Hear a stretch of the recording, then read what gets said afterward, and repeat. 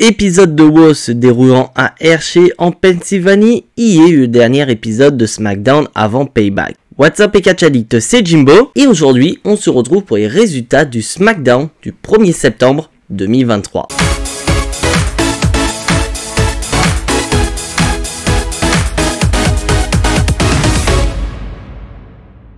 Et cet épisode de SmackDown va commencer très fort mes chers amis catch addicts, puisqu'on va accueillir le seul et unique John Cena. Bah oui, pour ceux qui n'étaient pas au courant mes chers amis catch addicts, John Cena a annoncé qu'il serait présent ce soir du côté de SmackDown, mais surtout il est annoncé dans plusieurs épisodes de SmackDown du mois de septembre et également du mois d'octobre. Et c'est donc un John Cena qui est présent qui va nous annoncer la couleur. Il sera l'hôte de Payback. Donc on peut très bien se douter que John Cena pourrait avoir de l'importance lors du PLE et non juste avoir le rôle d'hôte. On sait très bien généralement à WWE quand ils nous mettent un catcheur hôte, et bah il va y avoir de l'importance dans le PLE. Et à la surprise générale, mes chers amis catch addicts, nous allons avoir Jimmy Uso qui va arriver. Un Jimmy Uso avec une nouvelle musique d'entrée et avec des gars à la régie qui étaient certainement bourrés parce qu'ils ont mal écrit Jimmy Uso. Mais enfin bref, je rigole. Et Jimmy Uso va nous faire une petite piqûre de rappel. Parce que c'est vrai que ça faisait un petit moment qu'on n'avait plus revu Jimmy Uso à la WWE. Et bah ce dernier revient sur sa trahison qu'il a fait envers son frère Jay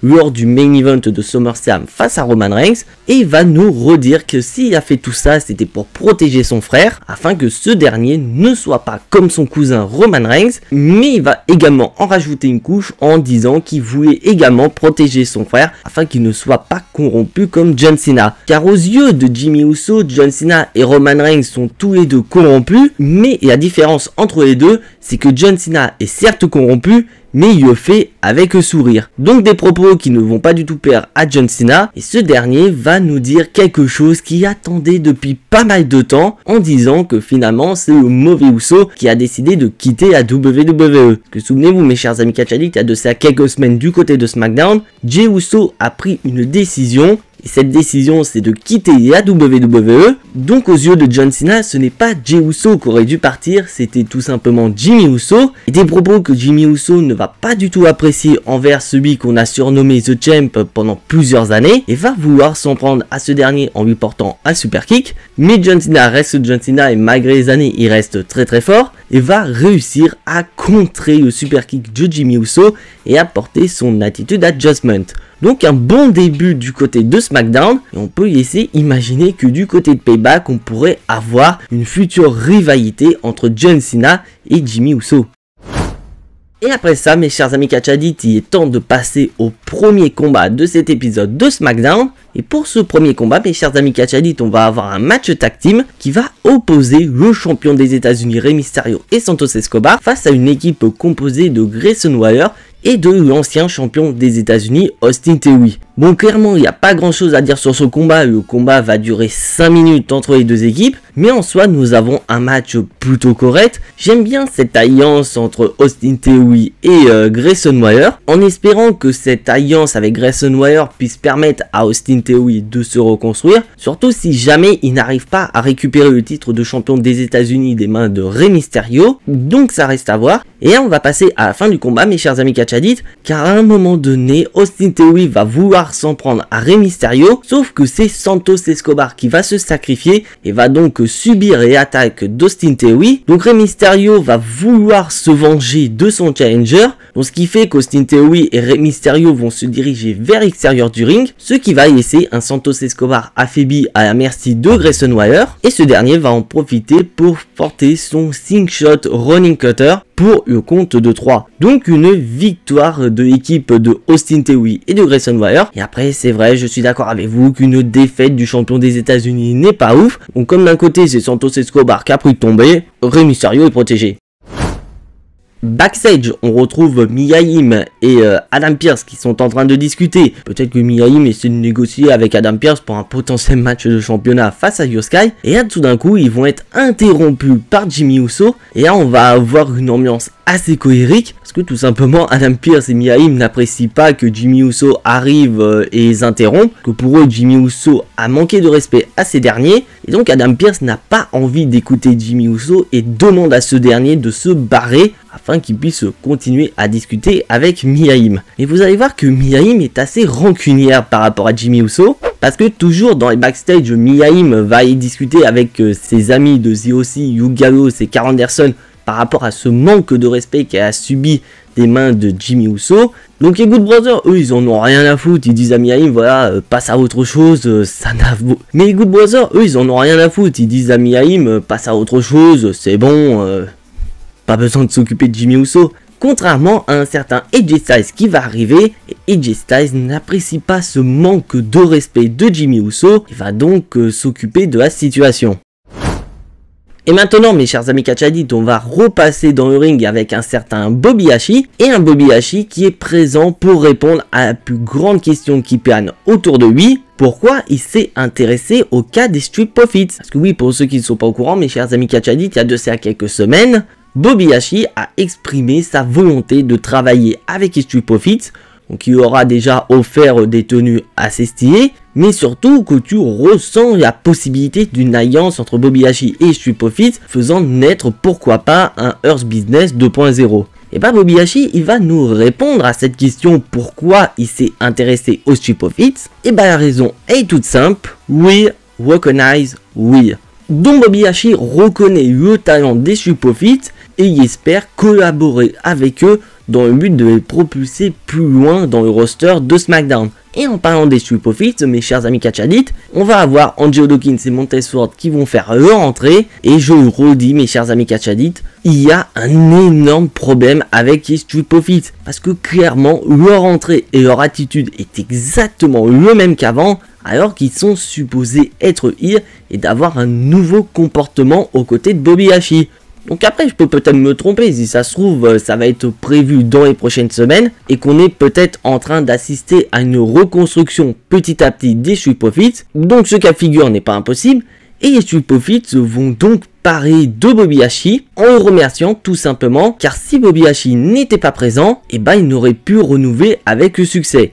Et là, Bobby Hashi va terminer la promo de manière très intéressante parce que Bobby Hashi va mettre en garde l'intégralité du roster de SmackDown en disant que son objectif est de contrôler le roster, donc c'est-à-dire toucher l'or. Et au moment où Bobby Hashi et Street Profits vont partir, ben on va voir l'entrée des champions tag team Kevin Owens et Sami Zayn et on a assisté à ce qui pourrait être un petit spoiler, si jamais bien sûr Kevin Owens et Sami Zayn parviennent à venir à bout du Judgment Day du côté de Payback, car on sent qu'il y a possiblement la naissance d'une nouvelle rivalité concernant les titres tag team opposant les Street Profits face à Kevin Owens et Sami Zayn. Et franchement, c'est une rivalité qui pourrait être très intéressante dans le futur. Et sachant que ça peut redonner des couleurs au titre de champion tag team. Mais voilà, Kevin Owens et Sami Zayn ne sont pas là pour discuter avec Bobby Hashi et Street Profits. Ah non, pas du tout, ils sont là pour se battre. Et dans ce combat, Kevin Owens et Sami Zayn feront face à l'autre partie de la LWO, c'est-à-dire Cruz del Toro et Joaquin Wilde. Et c'est vrai que ça fait plaisir de les voir enfin catcher, parce que c'est vrai que concernant la LWO, toute l'attention est dirigée sur Rey Mysterio et Santos Escobar, bon un petit peu Zelina Vega, mais les deux autres, Joaquin Wilde et Cruz del Toro, sont vraiment mis en second plan. Ça me rappelle Imperium du côté de Raw. Mais bon, en soi, le match, j'ai pas grand chose à dire, le match va durer 3 minutes, et un match qui va sans aucune surprise tourner à l'avantage des champions tag team, parce que comme je l'ai dit, Kevin Owens et Sami Zayn vont affronter le Judgment Day du côté de Payback, donc ça aurait été un peu con de leur donner une défaite à moins de 24 heures de leur défense de titre. Et justement, en parlant du Judgment Day, mes chers amis Catch Addict, Kevin Owens et Sami Zayn vont délivrer un message à leur challenger en disant qu'à Payback, ce ne sera pas fun, à Payback, ce sera le combat de leur vie. Tout est dit. On repasse du côté des coulisses, mes chers amis Catch Addict, avec Jimmy Uso qui semble se barrer de l'arène de SmackDown, mais il va rapidement être rejoint par AJ Styles, et un AJ Styles qui veut en découdre avec Jimmy Uso par rapport à ce qui s'est passé un peu plus tôt avec Mia Yim. Donc il va y avoir des tensions entre les deux et qui va conduire à une petite bagarre entre les deux. Et à la surprise générale, mes chers amis Catch Addict, nous allons avoir Solo Sikoa qui va arriver et s'en prendre à AJ Styles. Donc d'un côté, Solo Sikoa vient de sauver son frère, et Solo Sikoa va dire quelque chose à son frère. Il va dire que ce n'est pas lui qui décide quand il partira de la Bloodline, c'est la Bloodline qui décidera quand est-ce que Jimmy Uso va quitter le clan. Des propos qui ne vont pas du tout plaire à Jimmy Uso, et Jimmy Uso va répondre que ce soit Roman Reigns, Solo Sikoa ou Polyman, personne ne peut rien lui dire. Et suite à cette attaque, mes chers amis catchadites, AJ Styles va être interviewé par Ketikii. Et AJ Styles qui est assez énervé de voir que la Bloodline tente de contrôler la maison qu'il a construit. Donc AJ Styles va directement dans le vif du sujet, il veut affronter Solo Sikoa. Et on apprendra un peu plus tard, mes chers amis catchadites, que ce soir dans le main event de SmackDown, AJ Styles affrontera Solo Sikoa. Et ça fait plaisir de revoir AJ Styles du côté du main event. Mais on peut tout simplement imaginer le début d'une rivalité entre The et la Bloodline. De retour dans le ring, mes chers amis catchadites, avec The Miz, un The Miz qui va revenir sur ce qu'il a fait du côté de Raw, parce que souvenez-vous mes chers amis catchadites, du côté de Raw, The Miz a imité AJ Knight, et The Miz va parler du match qu'il y aura entre les deux du côté de Payback, en disant qu'il va montrer à AJ Knight que ce dernier n'est même pas la moitié de The Miz. Et là d'un coup on va avoir la musique de AJ Knight qui va retentir. Et comme d'habitude le public est en feu à l'arrivée de AJ Knight. Et un AJ Knight qui va confronter The Miz. Mais un AJ Knight qui va souligner quelque chose d'assez intéressant concernant The Miz. Car tout au long de sa carrière, le Miz s'est déguisé en 3 personnes. Et ces personnes sont tout simplement The Rock, John Cena et AJ Knight. Et AJ Knight souligne que ces 3 personnes ont un point commun, ces 3 personnes sont des superstars que le Miz ne deviendra jamais. Donc des propos que le Miz ne va pas du tout apprécier, et le Miz va nous faire de The Miz, en nous dévoilant son pédigré, que c'est une énorme superstar, que c'est un grand champion de la WWE, alors que AJ Knight lui-même, quand il était dans une émission de télé-réalité, il était le premier éliminé, et que surtout, il n'a rien accompli du côté de la WWE. Mais AJ Knight, voilà, il s'en fout des provocations de The Miz, il y a de quoi répondre, car il va souligner que ce n'était pas The Miz, la superstar de la télé-réalité, qui tournait avec sa femme. Non, non, pas du tout, c'était Maryse, la superstar de cette télé-réalité. Et AJ Knight va donc revenir aussi sur le match qu'il va avoir du côté de Payback face à The Miz, en disant qu'une fois qu'il aura battu The Miz du côté de Payback, et bah Maryse se sentira toute seule et sera dans l'obligation d'appeler AJ Knight pour arranger la situation.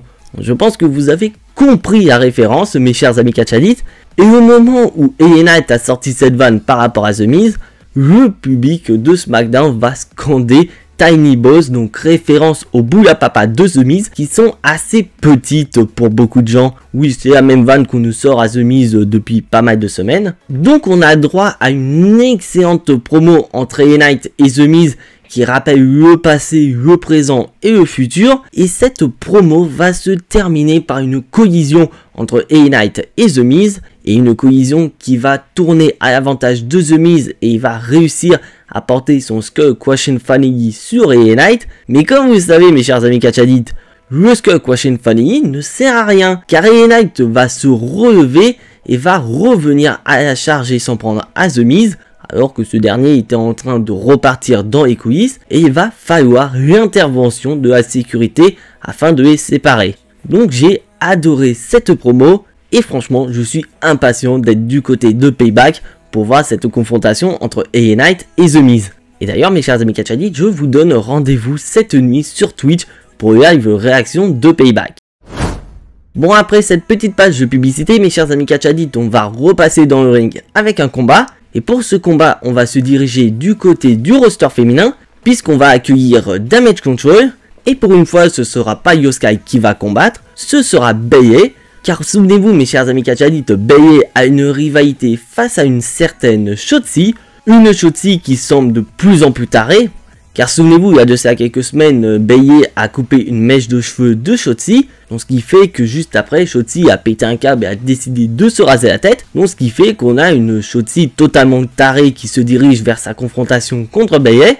Et franchement mes chers amis catchadites, je n'ai pas du tout aimé ce combat entre les deux. Parce que la raison elle est toute simple. Écoutez le public de SmackDown, public qui est totalement endormi. Et d'un côté je pouvais comprendre, Parce que juste avant, on t'a quand même mis une promotion masterclass entre The Miz et LA Knight. Et là, on te met un match, on s'en fout royalement. Donc ok, c'est dans la continuité de la rivalité, il n'y a pas de problème. Sauf que le public de SmackDown s'en fout royalement. Et comme si ça suffisait pas, la WWE va tenter de donner de l'importance à cette rivalité. Car au moment où Bayley s'apprête à tricher en utilisant la ceinture de championne de Io Sky, et bah devinez qui va arriver mes chers amis catch addicts. Nous allons avoir Charlotte Flair qui va arriver. Une Charlotte Flair qui va se débarrasser dans un premier temps de Io Sky. Mais elle va surtout faire en sorte que le plan de Bayley se retourne contre elle.